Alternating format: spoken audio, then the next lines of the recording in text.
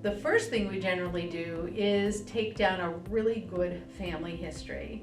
And so what we're looking for is anyone in the family, and we are talking both sides of the family, anyone who has had cancer of any kind, what age they were diagnosed at, what type of cancer it was, what their treatment was if possible, and then if they passed away from the disease.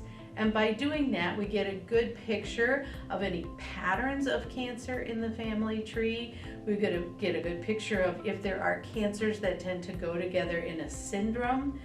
And kind of most importantly, we get a picture of how all of those folks are related to our woman in front of us who might be worried about this cancer risk. Good example would be if I have a woman whose mother had breast cancer and mom hopefully is still with us.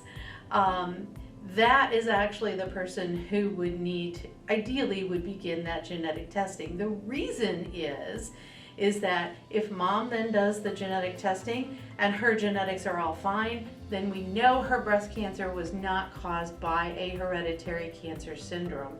If it was not, we know she did not pass along that genetic risk to her daughter.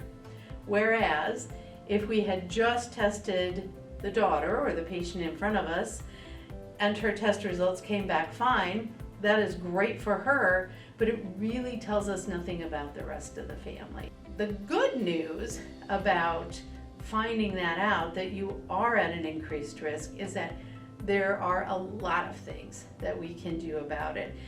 It runs the gamut from starting your screening earlier in life than you normally would, having your screenings closer together, not just screening with a mammogram, but screening with an actual breast MRI. There are actually medications that we can use for breast cancer that help lower the risk. We're going to make sure that you are set up with professionals that know how to take care of folks with a hereditary cancer syndrome, with of course the goal being either to prevent cancer entirely or diagnose it at a very, very early, very curable stage.